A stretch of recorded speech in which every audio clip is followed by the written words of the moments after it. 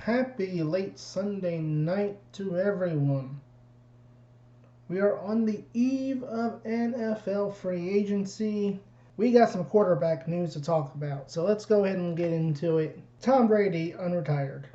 I kind of figured Tom Brady was not done playing. I thought, okay, let's give it into a season. If he's not playing on a team, be it the Bucs or someone else, then I'll believe he's retired for at least this year. Bruce Arians was quoted as saying that, it's going to impact how the Bucs handle free agency because they have a ton of free agents. Of the list of all their free agents, a lot of them are starters, and essentially with Brady gone, it did seem like it was going to be a rebuild. They would have to start rebuilding there in Tampa with so many free agents and Tom Brady being gone. But now Tom Brady has announced that he is coming back. He is unretiring for 2022 and is playing for a 23rd NFL season. I talked about before, Russell Wilson, he got traded to the Denver Broncos. Link to the video here, up here. What other quarterback news is going to happen this week? Russell Wilson, a Bronco. Brady's unretiring. Perhaps Deshaun Watson has a home. There's strong rumors that New Orleans and the Carolina Panthers are making a strong push for the Texans quarterback Deshaun Watson as they are moving on in the post Sean Payton era there in New Orleans with Dennis Allen. Hearing that Texans want a load of picks, they want some players.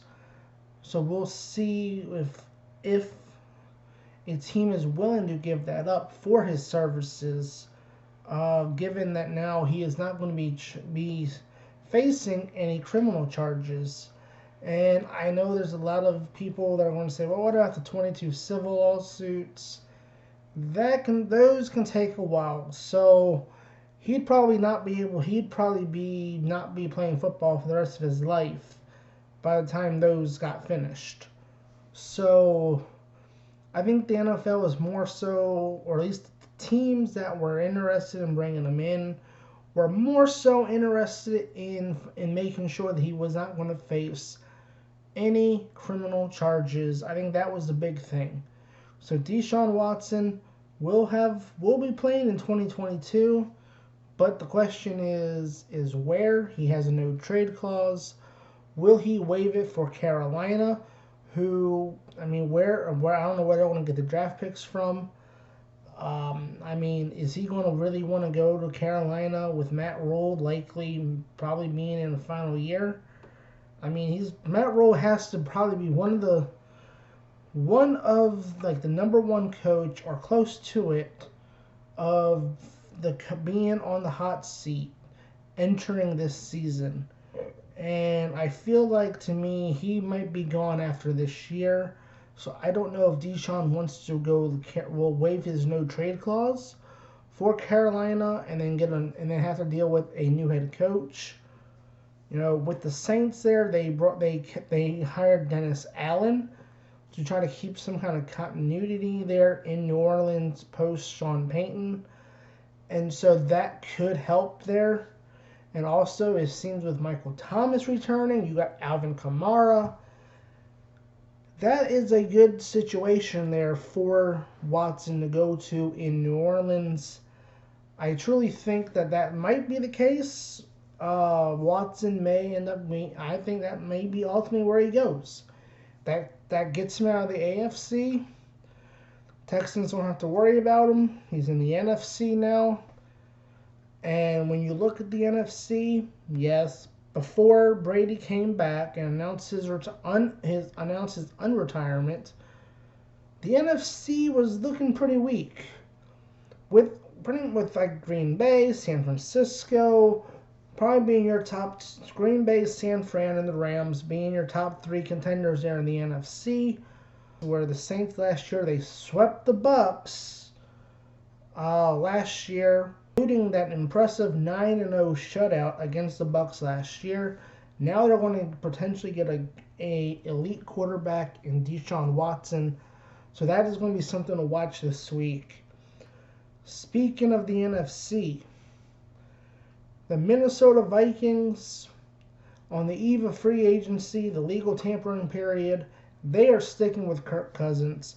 Kirk Cousins is getting a 1-year extension through the 2023 season.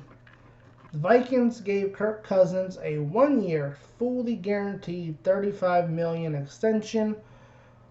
He will make $40 million this year and $30 million the next in 2023. The deal has 2 voidable years in order to lower his cap.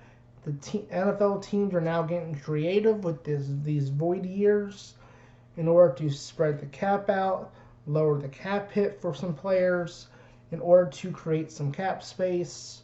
I think we'll see a difference in Kirk Cousins and the Vikings offense this year. Now you have Kevin O'Connell, an offensive-minded head coach. I think you will see a big difference there in Minnesota. Obviously, you got to look at the defense as to kind of patch things up, because when you look at Kirk Cousins' stats, I think any other team would take a quarterback with those numbers. And we look at look at Washington. Washington franchised Kirk Cousins 2 years in a row. They finally let him go. And Kirk Cousins went to Minnesota after he left Washington, and Washington is still trying to find their franchise quarterback. They had some stability there with Kirk Cousins, but they let him go. So now they've been looking for a quarterback ever since. They drafted Dwayne Haskins. That did not work out. But essentially now Kirk Cousins is going to be the Vikings quarterback at least through 2023. I talked a little bit about this with the Russell Wilson when I was discussing the Broncos acquiring Russell Wilson, was with this draft class getting this label of not having good quarterbacks. Perhaps teams will wait until 2023. And I guess if Minnesota did want to move on from Kirk Cousins, it would be best for them to find a quarterback that Kevin O'Connell can groom behind Kirk Cousins, whether that's this year or next year. Kevin O'Connell has said he's excited to build an offense around Kirk Cousins. And you look at what Minnesota has; they have the pieces in place. I think from a defensive standpoint, they just need to get that defense figured out, and I think they can really compete. So we'll have to see how they go and handle free agency. They're opening up $14 million in cap room by extending Kirk Cousins. So we'll see how the quarterback carousel continues to spin and land, with quarterbacks landing where they are. We now know Russell Wilson's a Bronco. Tom Brady is coming back for the Bucks.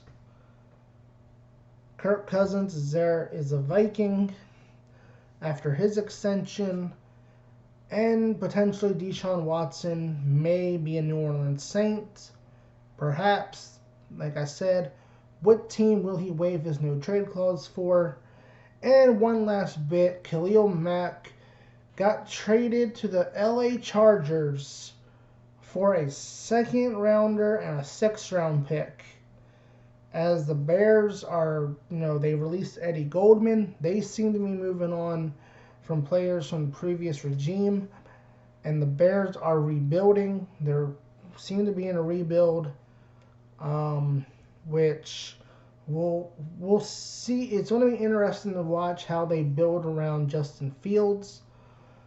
And I mean, trading Khalil Mack, I think that was a smart move because he's a little bit older, and by the time that you're ready to compete with Justin Fields, or by the time you know what you have with Justin Fields, he's going to be probably too old at that point, and you would have wasted so much time with so much of his career with a rookie quarterback. He already wasted some with Mitchell Trubisky.